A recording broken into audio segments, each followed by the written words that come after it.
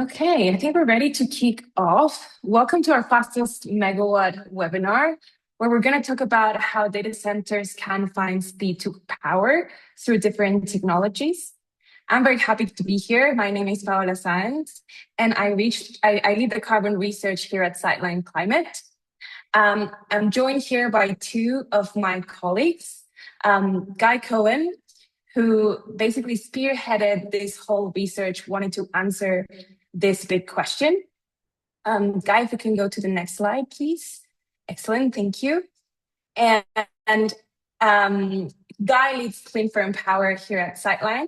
And we've also have invited our own data center guru, Olivia Wang, to help us bring in some more context into why this matters for data centers and what does it mean.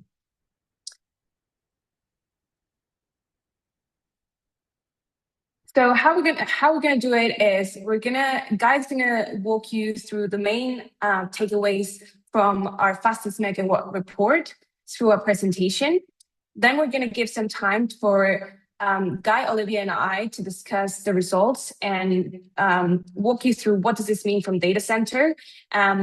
from a data center's perspective. And then we'll allow some time for Q&A at the end of the session. So if you want to ask a question, make sure to put it on the Q&A section down below in your Zoom link. The fastest megawatt report is now available publicly, and this is a deep dive on analyzing the different pathways where data centers can unlock power from existing assets and when that power is going to be online. We did this for various different technologies. And it really started as a question coming from Guy, like, I wanna know where can developers find the fastest megawatts from existing assets. And I'm gonna look at this from nuclear, geothermal, and solar and BESS. And then I came in with the carbon perspective on this. And this really became a series that we like to call the fastest megawatts. Everything you can see on the left-hand side are the deep dive reports of each technology. That includes the data set and also deeper recommendations for each stakeholder in the space. Clients have access to these deep dives. And for the people in the call that are not clients yet, feel free to reach out if you're interested in any of these reports. You can also read like the top line numbers on the fastest megawatt public report out there.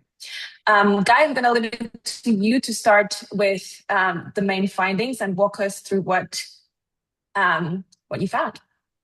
Great. Thank you, Paola, and welcome everyone to our webinar. So as Paola mentioned, we looked through a number of different technologies and asked the question, what could be done to accelerate deployment here? With a huge pull coming from data center demand, how could we accelerate technologies into providing power faster? So we looked at 4 different technologies, all ones that were to some extent clean and firm. But what we saw is within some options, there were multiple pathways where you could accelerate it. So that we had 4 technology areas. There's actually 7 pathways we explored, 3 in solar and BESS, 2 in nuclear, 1 in gas and CCS, and 1 in geothermal. What you're looking at here is a representation of how much capacity can be brought online in how much time with each of these accelerated pathways. So what you'll see is there's this big spike at the beginning of some of the solar and BESS. A number of the other options that are smaller come in through that sort of 3 to 6, 7 year period, and then a large spike of nuclear that takes much longer to come in, but does fill in. Okay, so what are the key takeaways across the series? So the first is that the fastest is solar and BESS. That's probably not a huge surprise to many people. Solar and batteries can both be installed extremely quickly. And actually the delays in these typically aren't around either the solar or the BESS component. They're around things like transformers, interconnection queue time, things like that. Second is that over 22 gigawatts could deliver within 3 years. Now, that's mostly solar and BESS. 21 gigawatts of that is different forms of solar and BESS, but a gigawatt of that is also geothermal. The third is that there's this fast firm trade-off for clean power. So if I just go back a second, this big spike here, the solar and BESS, really fast, also the least firm.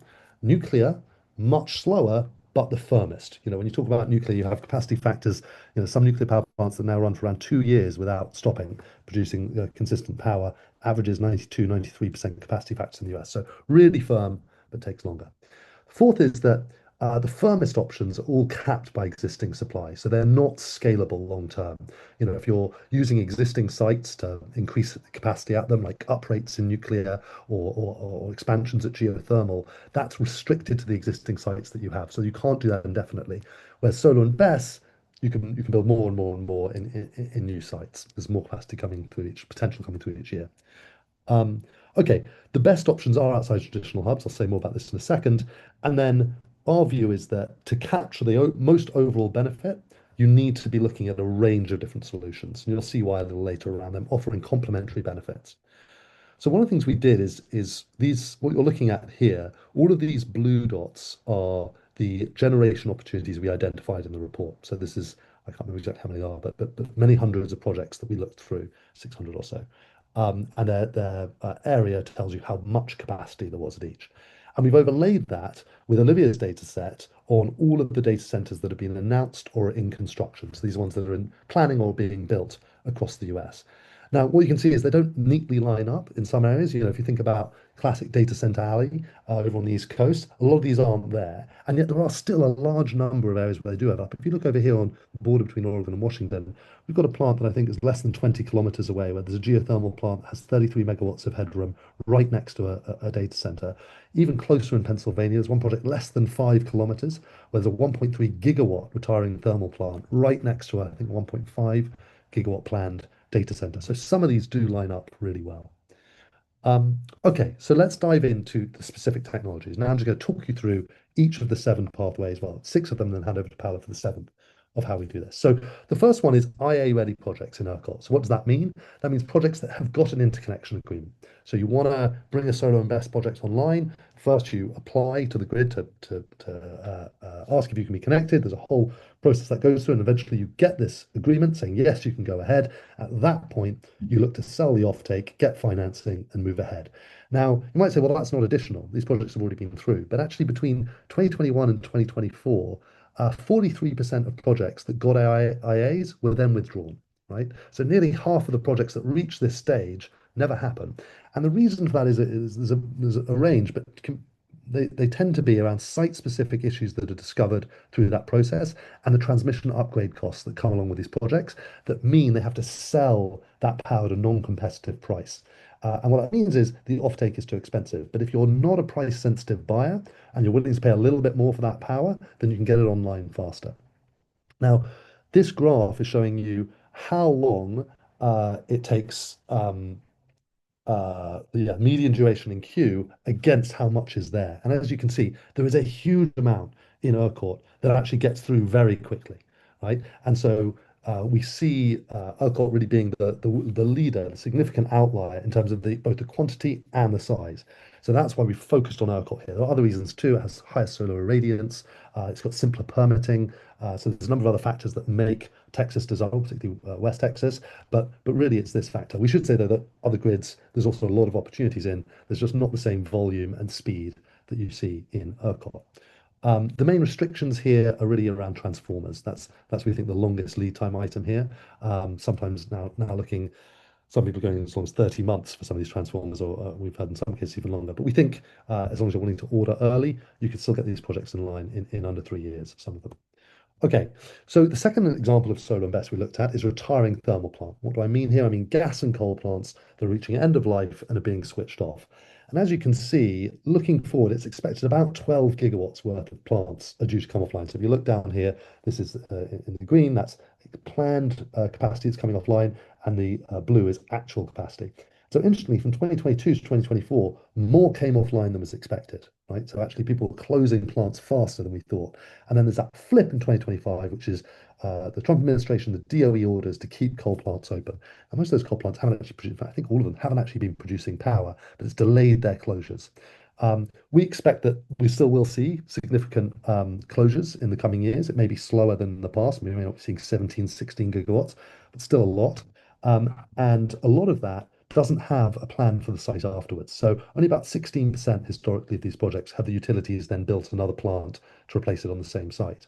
But these sites offer huge potential, right? Because sometimes you've got transformers that can be reused. So you don't have to wait for that equipment. But also you've got the interconnection. You need to transfer the agreement, but the transmission is there, and that transfer can be much faster than going through the whole process. You also have a local community who maybe wants the tax receipts and the jobs that come with these projects, since you may have more welcoming, maybe less local opposition to putting something else there. So a lot of potential there, and this is also 12 gigawatts each year. So each year the opportunity refreshes to some extent. There are issues around coal contamination and competition from these sites from other uses, but we see this as a meaningful potential and pretty fast coming in at about 2.5, 3 years. Okay, the third solar and BESS we considered is off-grid.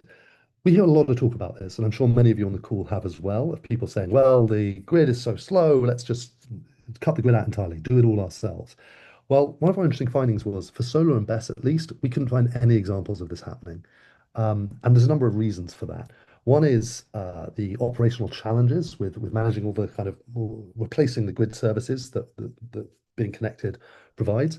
But also, there's two other factors, cost and gas genset. So there's been some modeling done by others on this, which looked at the optimum amount of gas to have in this. Because if you do all solar and BESS, you have to massively overbuild the solar and BESS. It sort of doubles the cost or more of the project to deal with those sort of rare long periods of low sunshine.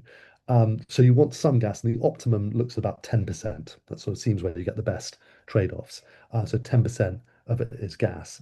And what we've seen is really in the last year, the timeline for these gas gensets just get way longer. So here's two of the major providers, and you can see just late last year, Q4 last year against Q1 this year, a sort of 50 to nearly 100% increase in the wait times. And now we're looking at nearly 3 years to get these gas gensets.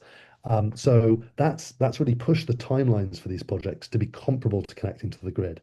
And they're still expensive, they still have quite a lot of emissions, and the combination of those factors makes us think this isn't really that much more promising than just going and waiting for the grid connection. Okay, geothermal. So in the US, there's 3.9 gigawatts of nameplate capacity for geothermal stations, but actually about 1.8 gigawatts is produced on average through the year, so less than half. Now, there's two reasons for this, really. One is seasonal variation, that accounts for about a gigawatt of that difference. But then 1.1 gigawatts is that the plants aren't producing what they were designed to produce. And there's two reasons for that. One, they never did. There was an overestimation of their potential when they were made. And another is that they've declined in some way, falling flow rates or thermal decline in the subsurface. But these sites have all got significant subsurface exploration. They've been well mapped because there's plants there, they've drilled, etc. And also there's existing surface infrastructure. You have the turbines, you have the grid connection, you have the transmission. And so we believe that by doing EGS at those sites, you could use that existing knowledge, that existing surface infrastructure to deliver faster and also cheaper. So a project that might have taken 7 years for a greenfield could be done in 3 years, we think, with this kind of approach. There's a caveat here, which is that the resource for conventional geothermal is not the same as what you want for EGS. But we think that you would still be able to do EGS at a lot of these sites. And the reason we think that is that if you look at all EGS projects so far, they've all been done, all the ones that produce power have been done at existing conventional, by conventional geothermal sites. And typically what they're doing is they're going to the side of the conventional resource, or they're going under the conventional resource. We think a lot of opportunities, there'll be a lot of places where you can do that. And actually this is being proven out. So Cape Station is being done near Blandford, an existing conventional site, and also the proposed SLB Ormat EGS pilot, we think is probably going to be done at Desert Peak, an existing geothermal site where they've actually tested EGS before. So we think a lot of potential there. And actually, this could go higher. So we just looked at the headroom with existing surface capacity. If we went to transmission, it might be even more. So if you're willing to build more turbines. So take Dixie Valley, for example, 65 megawatt geothermal plant, but actually the transmission is rated to 300 megawatts. So you could build several hundred megawatts more at that one site without needing to build more transmission. A lot happening in this site. You'll see some of these, like Calpine, clearly owns some of the best sites. actually, shortly after we wrote this piece, it was announced they were being purchased, that they were acquired, and we've seen a lot of action from Ormat and actually Atlantica too. So we're seeing a lot of these parties moving, and we expect a lot of this is actually happening already. Okay, moving on to nuclear. So nuclear, we looked at two different options. The first was doing more with the existing fleet. So there are two ways you can do this: uprates and restarts. So restart is saying we've closed down a nuclear power plant. We didn't have to close down, probably for economic reasons. We could bring it back online, and this is the fastest way to get new nuclear capacity.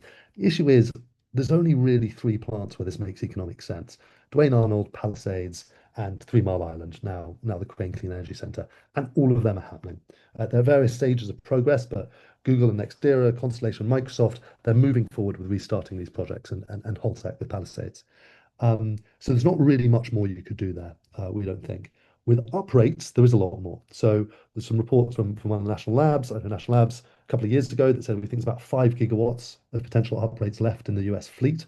About 2 gigawatts of that is already in train, but there's another 3 gigawatts that could be added to here. And so this is just getting more, increasing the yield from the existing fleet.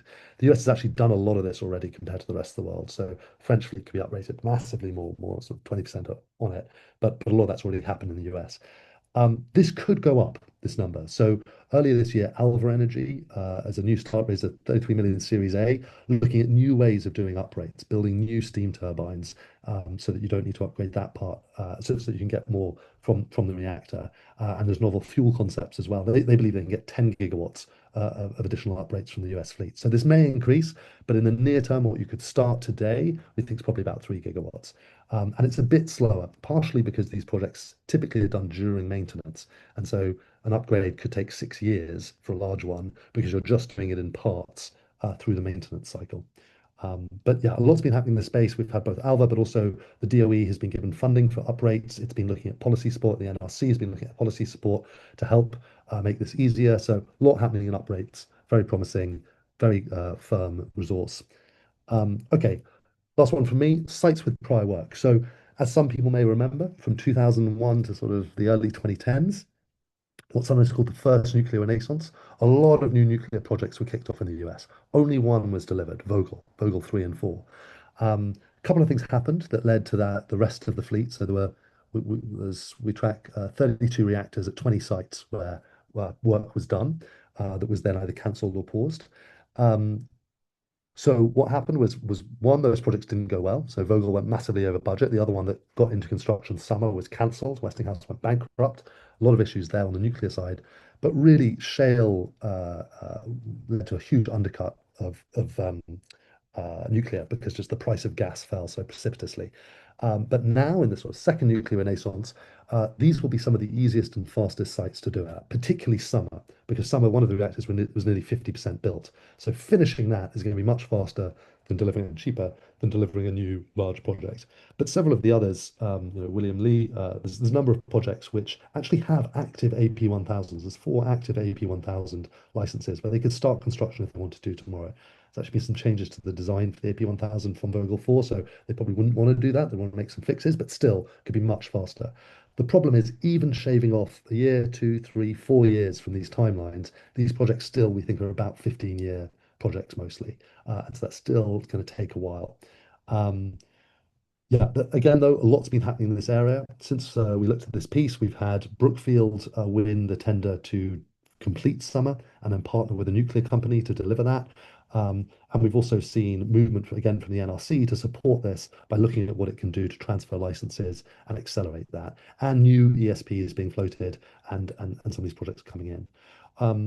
One way you could actually accelerate this a little bit more that we considered, but we thought unlikely, was building SMRs at these sites. But for some of them where you have an active license from AP1000, it's a lot less capacity, but not necessarily that much save time. But there's a debate to be had there. Okay, moving on to gas and CCS.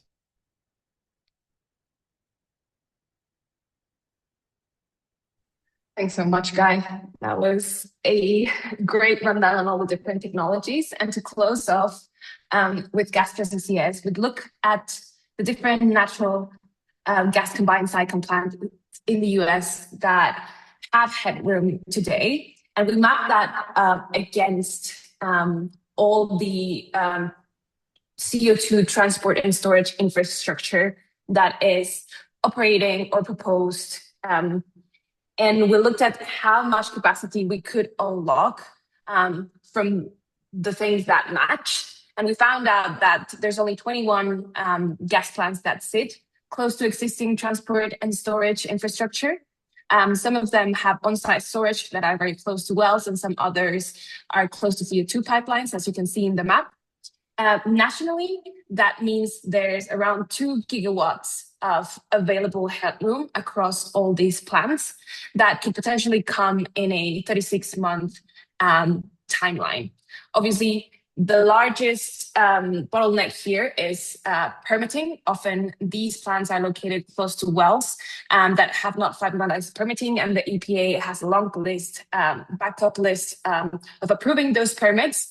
Something that can help is if the state has 6 Class 6 wells primacy, and we've highlighted that in the map as well. However, that 1.9 or 2 gigawatts really becomes 0.2 gigawatts when you look at what's going to be ready before 2030. So that's only mainly 3 plants. The first one is Elk Hills Power in California. This plant has already completed the construction of the carbon capture equipment, and it's supposed to start injections now of CO2. So this is potentially a plan that could be online before 2030. The other one is Southern Energy in California. Again, we have 2 in California. This is also owned by Calpine, and it's targeting a 2027 completion date. But it's still waiting on that EPA permit to be approved. The third one is in Lake Charles Power in Louisiana. It's targeting a 2028 completion date. And it sits close to the Denver Greens operational CO2 pipeline, and it's also very near the Hackberry well, which is the only well in Louisiana that has a storage permit issued to date. Again, only 0.2 gigawatts before 2030 and about 2 gigawatts after 2030. And potentially the unlock that could come from Gasper CCS is on the permitting side. If more wells are permitted, this could potentially unlock more capacity. Great. I think we've gone through a top-down view of all the different pathways that we looked at in the report. And now what I want to do is bring Olivia into the conversation so we can talk about what does this really mean for data centers. And where I want to start is in this debate of firm versus clean, because firm versus gas, particularly because one of the main takeaways of the report, as Guy said, was that the fastest option today is solar plus BESS, but that's not really firm. And we see data centers needing reliable power 99.99% of the time. And Olivia, what do you think of this? Do you think this is changing? I know in our recent Q2 carbon outlook, we had a sort of hot take of pipelines are dead. Is that true?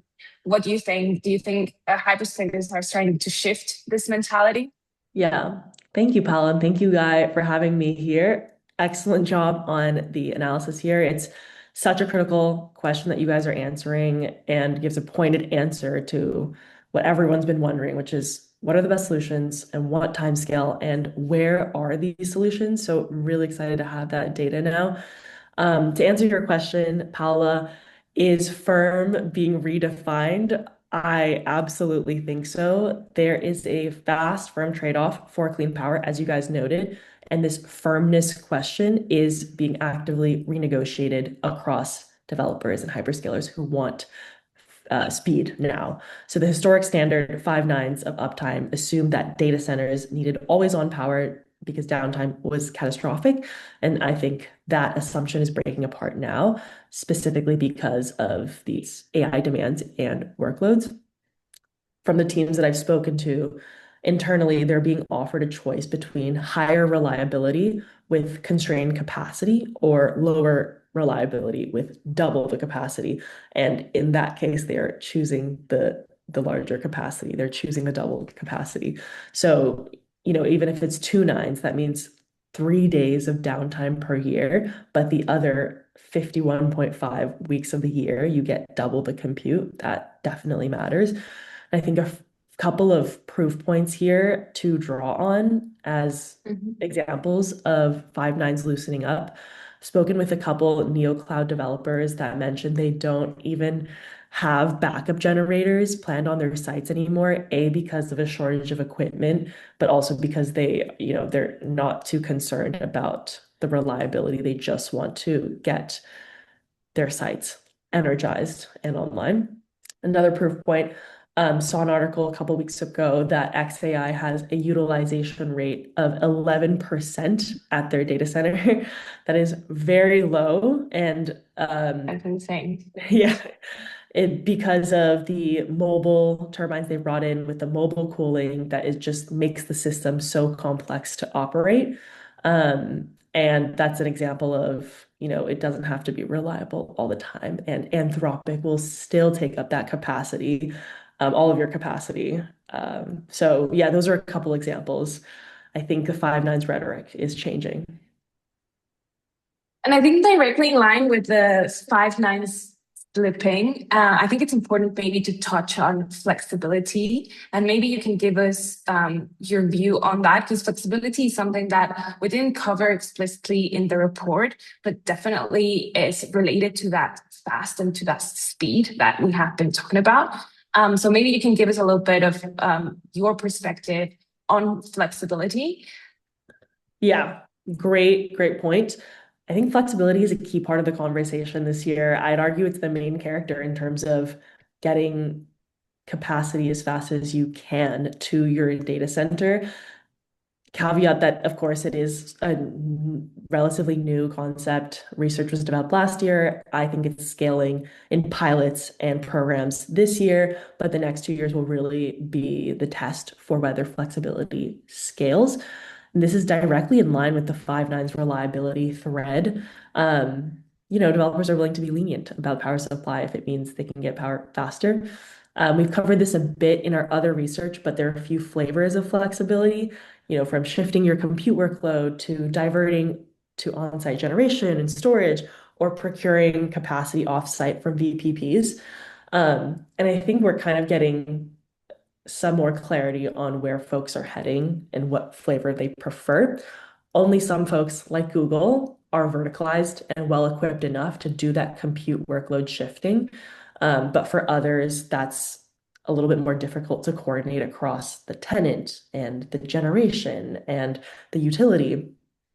Something I think I've noticed over the past 6 months in flexibility world is a focus on this coordination problem. So getting the telemetry of the data center operator, the utility, the on-site assets, and getting that optimized for curtailing when the utility needs it. And the other one is just how to manage all these on-site assets and flexing them. I think flexibility will start first with upgrading existing data centers. I think that's something that's been realized over the past couple of months is multiple conversations and confirming that, a data center with 100 megawatts of connection and can get additional capacity for 120 megawatts running 99% of the year, but then curtailing 1% back to 100 megawatts. That's capacity and that's valuable. And so I think that's where we'll see flexibility really taking off first, getting developers comfortable with it, and then expanding to new builds thereafter. That's super interesting. And there's another flexibility conversation to have from a generation perspective. Guy, you talked a lot about ramping up these existing assets. What do you think flexibility looks like from this, like from a generation perspective? Yeah, so you see this sometimes pitched as some solutions will, for example, in geothermal, will talk about the fact that they can load shift. And you talk sometimes about nuclear is firm, it's not dispatchable. Well, actually, you can, with both, be somewhat flexible. So we've seen this in the French fleet last summer, which actually suppressed capacity for a period of time. But the reason you don't is not technological, it's economic. It's at the vast cost for both geothermal and nuclear projects is capex. And so you want to run it as much of the time as possible. So yes, you can ramp to some extent, but it really just means losing opportunity. The cost of the uranium fuel, and certainly the cost of the heat from the earth, is not something that is a significant portion of the overall cost. So you want to just produce power as much of the time as possible.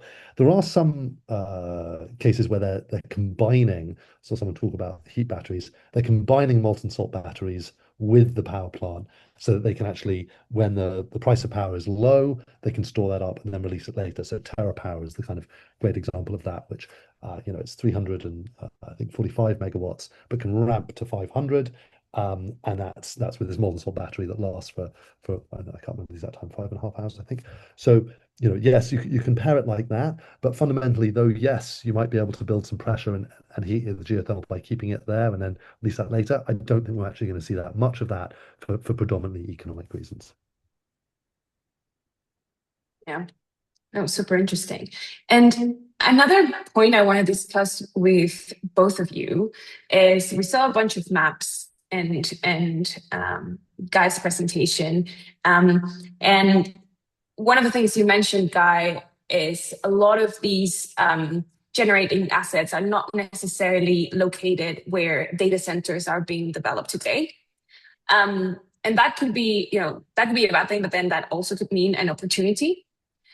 So where do you think data center development is going? And maybe let's start with Olivia, or where do you think like this is going and growing? Because you're the one that's tracking all the data center developments and all the data center projects. So we'd be keen to hear, what are some of the trends you're seeing of where people are going to find generation?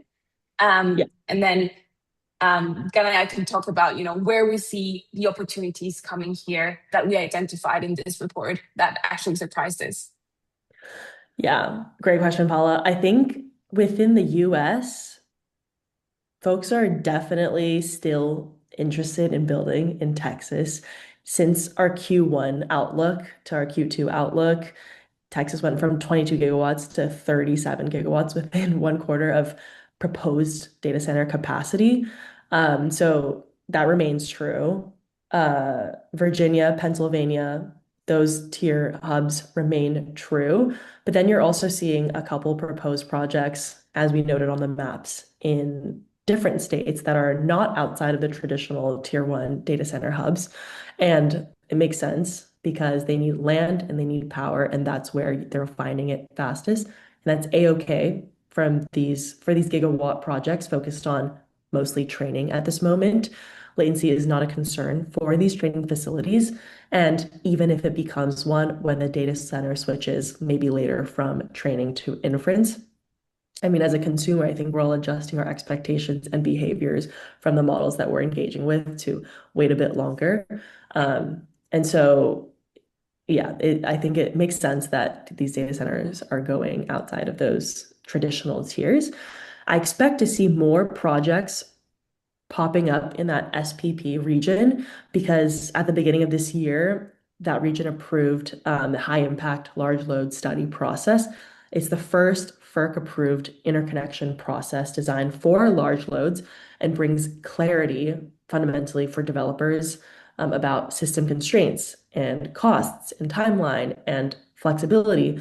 And I think in making those rules clear, it's basically we're open for business. Come here if you want to develop your data center here. So I'm expecting to see more projects getting announced there over the next year. Great. So from the generation side, similar. So Texas for solar and BESS, huge market. As mentioned, that's partially about the fact that it's the fastest interconnection agreement timeline. It's partially the solar radiance, and it's partially the sort of easier local permitting. Again, especially if you're thinking about having some combination with gas and solar and BESS, then air quality permits come in. And again, the way that those are managed in Texas is easier than a lot of other states. So there's a number of reasons why West Texas in particular is great for that. They're also really pushing on nuclear. You've got Texas A&M, a number of projects that are actually trying to get their ability to regulate nuclear independently of the NRC. Has been a sort of push for them to take over that regulation, but really driving to be a global center for nuclear as well. In terms of actually where the projects that sort of have a head start are, mostly the southeast. So, we're looking at Georgia, we're looking at Florida, we're looking at places like that that have existing sites. For the uprates, a lot of these conventional nuclear, the sort of old nuclear plants, we do have a lot of those in the northeast, a lot of potential for them to be grown. And we're seeing several of the states there set ambitious targets. So, one of the things that's following 1979 with Three Mile Island accident, a lot of states through the 80s passed moratoriums or bans, and we're seeing them get flipped. So New Jersey, was it last month? I can't remember, got rid of their moratorium. Illinois did. California has a bill going through at the moment that would remove the effective prohibition on new nuclear there. So a number of those states are flipping and then could build more nuclear. For geothermal, I think it's really interesting. At the moment, we have this swathe of states on the west. Washington, Oregon, Nevada, Utah, New Mexico, Idaho, where you're seeing most of the activity out. Mostly Utah, Nevada, and a bit of California, but also these other states around them. And I do think that's where we're going to see a lot of capacity, potentially Texas and New Mexico as well. But one of the projects I'm keeping an eye on is this newly approved funding for a DOE research project, DOE Forge East in Pennsylvania. So we think about what started part of the EGS, yes, Fervo played a major role, but before that, it was DOE Forge, experimenting with a lot of these kind of novel drilling and fracking techniques over in Utah. And I think this happening in the East Coast, there's sort of assumption that the depth you need to go to, if you only need to go to 2.5 kilometers in the West, that's much cheaper. If you have to go to 5 kilometers in the West, in the East rather, sorry, that's going to be much more expensive. But seeing how that project performs will really tell us of what is the cost of doing this on the East Coast, and what's the potential therefore for it to expand there. Other sources, I saw someone comment about hydropower in the questions. So one of the reasons we didn't cover hydropower is really that it's not that scalable. You don't see hydropower projects take forever to go through this huge consideration around permitting because of the downstream impact, environmental studies, and so on and so forth. So you tend to see these run-of-river projects that are just a couple of megawatts. So really not that much capacity, but that is more concentrated in the north compared to some of these other resources. But I don't see that being a large amount, maybe a few, low megawatts, certainly not at the gigawatt scale, because one, the best resources have already been taken, and two, where else you could do it, that those sites are being used for other things, national parks, or other factors. Yeah, I think we're all seeing the same trend with Texas, particularly for gas plus CCS. That's a big hub because you have a lot of wells and a lot of pipelines, and especially along the pipelines and the already existing infrastructure that connect that state. One thing that surprised me is that there's a lot of headroom in Florida available, but it's currently locked by the transport and the storage piece. There was only one well that was asking for permission to the EPA, that was Tampa Electric, and then it was withdrawn. But now, and there was a bunch of pullback money from the DOE last year, but then now it seems like those projects are being reinstated.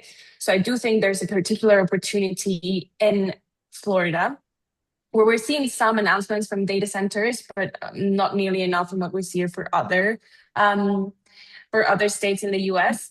And there's some potential capacity for natural gas plus CCS there, because there are some big power plants that have headroom. And if these storage sites are developed and approved, that could be a potential future market there. Obviously, these things take time, and I don't see any of this happening prior to 2030. But yes, and I'm going to leave a few minutes for a QA. So I know we have a bunch of questions incoming. Last thing I want to touch upon with you guys is we get a lot of comments on who bears the cost of speed. Developers and hyperscalers are prioritizing speed, then cost, and then sustainability. Olivia, what do you think? Who's going to bear the cost here?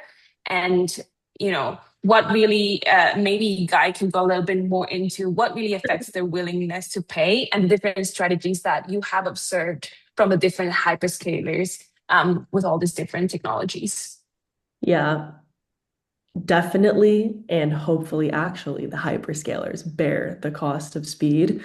They haven't been shy about their willingness to pay for speed over the past year, and they can't show up, especially today, expecting to announce a project without bringing all of this additional investment and benefit to the grid, to the community. They've set a pretty high bar for announcements so far. Google's recent Michigan deal.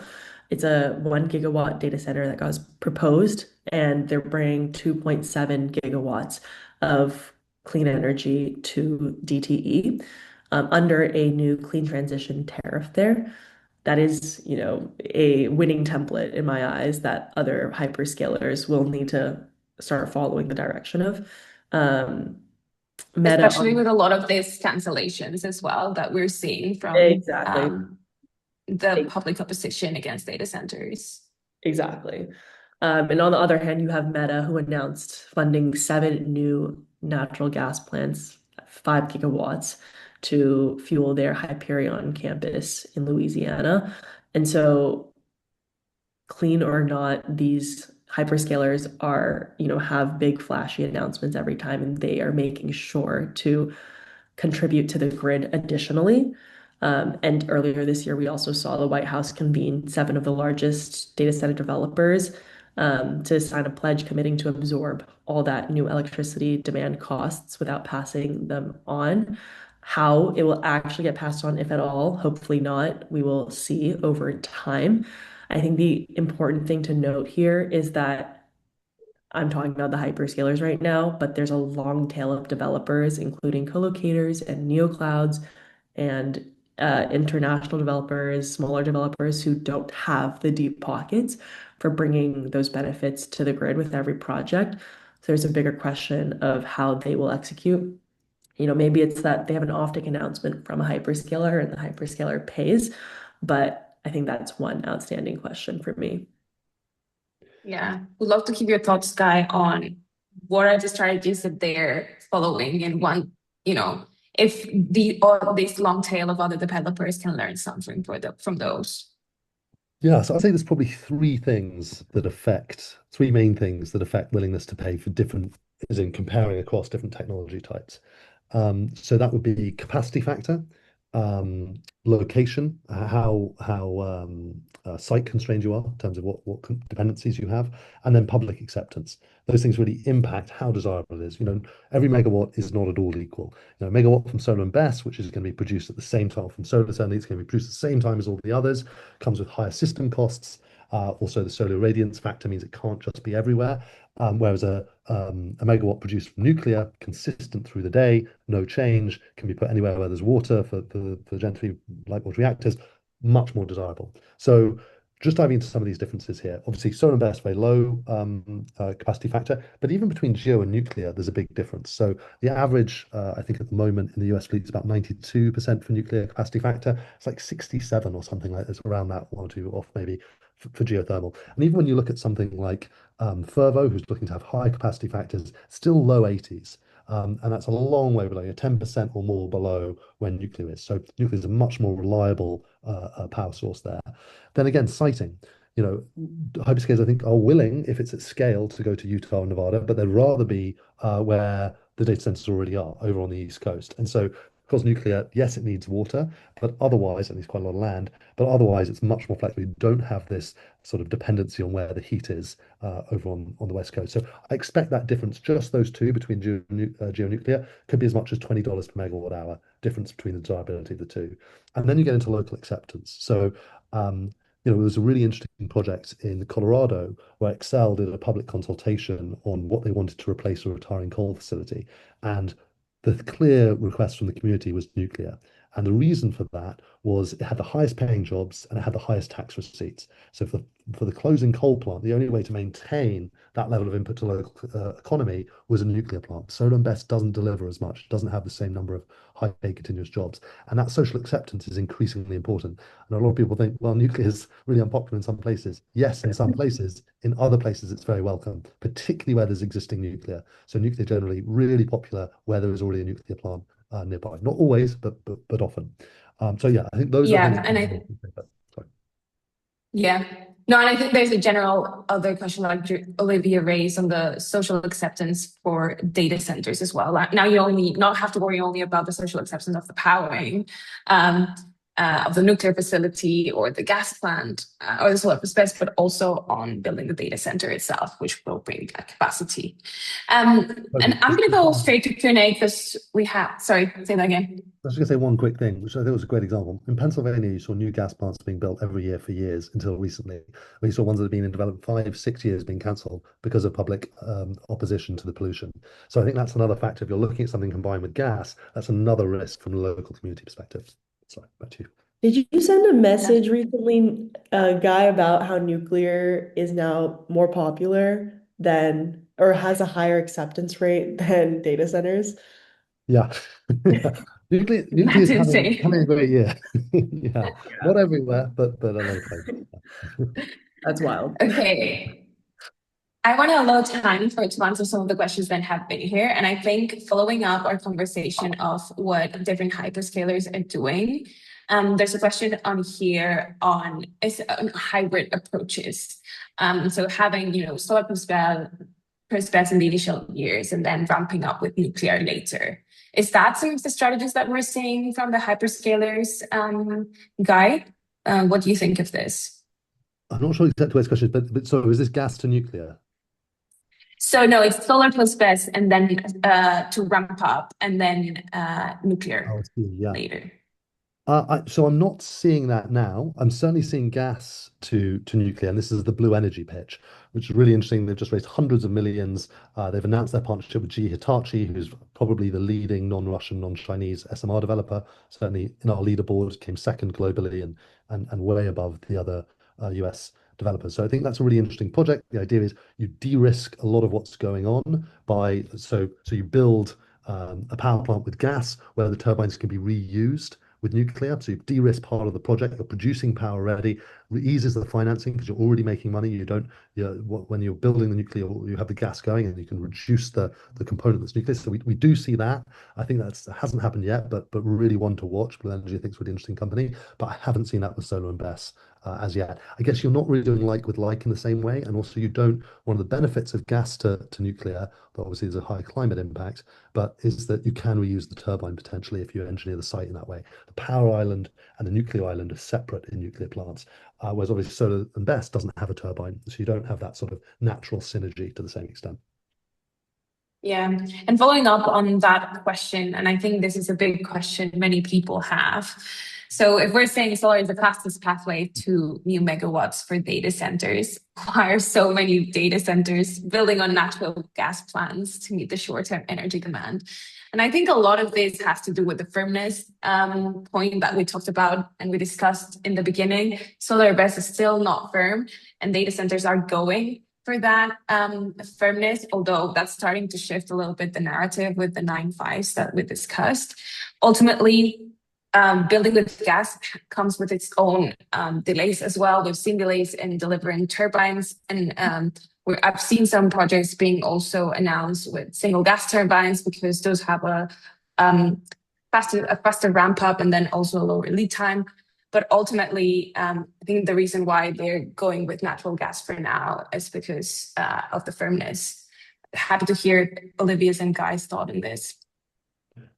I'll just say one thing. So we only looked at clean options. So pure gas, we didn't consider as an option in the report. We looked just gas and CCS. So we're just looking at clean options, partially on the idea that the hyperscalers do have that, most of them as a target. But yeah, so we didn't look at pure gas on its own. That being said, we've seen massive increases in cost for gas. And actually, I do think, solar and BESS, the 3 years would be much faster than most gas just because of the backlog on turbines now stretching in some instances 4, 5, 6, even 7 years. Great. Just looking at the questions here. We focused on the US in this report particularly. Do we think any of the findings could be transferable to the EU too? Super interesting question. Okay, so two things. One, the pressure is not the same, right? So a lot of this drive is for training, not for inference. It's the data centers being used, the AI factories, and they're just not being built in Europe, not to the same extent by any means. So one, you don't have this economic forcing function in Europe. If you look at actually what a lot of the inference data centers in Europe, because you are still getting a lot of inference data centers being built, they're going through the grid and that's becoming the utilities, and the utilities have a very different attitude towards risk and price sensitivity than we necessarily see in the US. That being said, what would it mean to transfer some of these considerations to Europe? Well, one, for nuclear, way more opportunity, right? And that's because in the near term, you've got both a lot of plants coming offline in Europe that don't need to be, that could be extended. We've just seen this with Belgium. The Belgian government actually saying they're going to intervene. They're going to acquire the Belgian fleet so that it doesn't switch off because they think it's so important to keep it on. And we're seeing similar ideas elsewhere, campaigns to stop the closure of the Spanish reactor. There's even talks about Germany, this happening in Germany. I know an expert who thinks that that is viable. Others say they started decommissioning, it's never going to work. Others say actually it might come in, it's cost them a huge amount to switch those off. So there's a real opportunity there. And the uprates, the French fleet is nowhere near as efficient in terms of the capacity per unit of how much they get out of it as the American fleet. So there's huge potential for uprates and better use there. Geothermal, there is a lot of potential resource in Europe. There are challenges with doing EGS there. Not so much, it's often said there are fracking bans that block EGS in Europe. I don't think that's true. Most of the fracking bans are specific to oil and gas. They don't actually include geothermal. But there's a public acceptance point that's much harder to get around in Europe for some of the EGS. And we're seeing that play out in a project called Hortzorn in Switzerland. So this is where they tried EGS back in 2006, triggered an earthquake or induced an earthquake, real opposition to more EGS in Switzerland. 5 of the Swiss utilities clubbed together and said, we're going to do this. It took them over a decade to get to doing it. They had to go to their equivalent, the Supreme Court, because of so much public opposition, but they did finally get there. And that project is, I think, going to have a choice of go live, not go live this year. So more public acceptance issues there, but it could be that that flips in favor of it. So yeah, some of it's transferable, not all. Yeah, I think from the carbon perspective, Europe has a lot more stricter rules on storage. And there's been a lot of development or push for development in injection sites. Actually, they have a goal of 50 million tons by the end of 2030. But a lot of that is still under construction. So we see similar bottlenecks in the sense of storage and transport continue to be the main bottleneck to unlocking that gas plus CCS low carbon power. Olivia, I don't know what you're saying from like the EU perspective on projects being announced and what's the story there? I would say similar thread there. I'm looking at, 473 projects in the US, and then the next leading country is India with 39 projects. The build out is very much happening.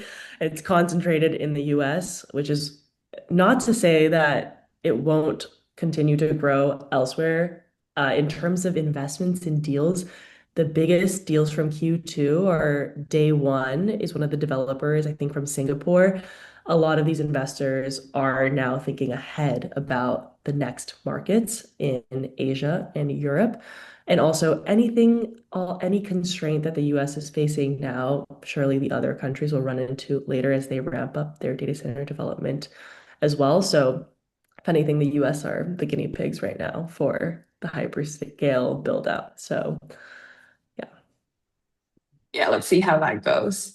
There's another question here. We touched on our discussion on communities pushing back on data centers. And I think we've looked at this as well in some depth. But are you seeing any states that are more friendlier than others in this case? I know there's a bunch that, we've seen an increase in moratoriums in some states. yeah. Can you comment on that? Yeah, we've been very focused on this since January. There's just been an absolute uptick of moratoriums across counties and states, and a couple key states with the most friction, Virginia. There's just so much bill out there. They have a playbook of, pushback there. And Prince William County's Digital Gateway is one notable project there that just got delayed formally this quarter because of just hundreds of folks gathering, pushing back against this gigawatt scale project. And then also seeing moratoriums pop up in Georgia, Michigan, Indiana, New Jersey. But to answer the question of where there are friendlier communities, more welcoming of data centers, I think those leading ones are Texas, Ohio, and some of the more western states like Wyoming, Montana, and the Carolinas. There's lower population density there near the proposed sites, and as a result, less organized opposition infrastructure. There's also a lot of benefits that these projects are bringing to communities now with upskilling workers and a lot of these investments into schools and tax revenue as well. Yeah. There's another question here. I don't know, Guy, if you want to add anything to that, what you're seeing on your end. No, agree. Yeah, I think it's south and west, slightly easier than east. Yeah. Great. And just to be clear, if we don't get to answer any questions, feel free to email Benji, and we can get all your questions answered. Let's see. There's a question on the impact of distributed or mini micro data centers and inference and training. So the difference between also inference and training. And these are data centers that are located next to buildings to utilize unused electric service capacity. I'm not sure if you're seeing anything there, Olivia and Guy, of like mini or micro data centers.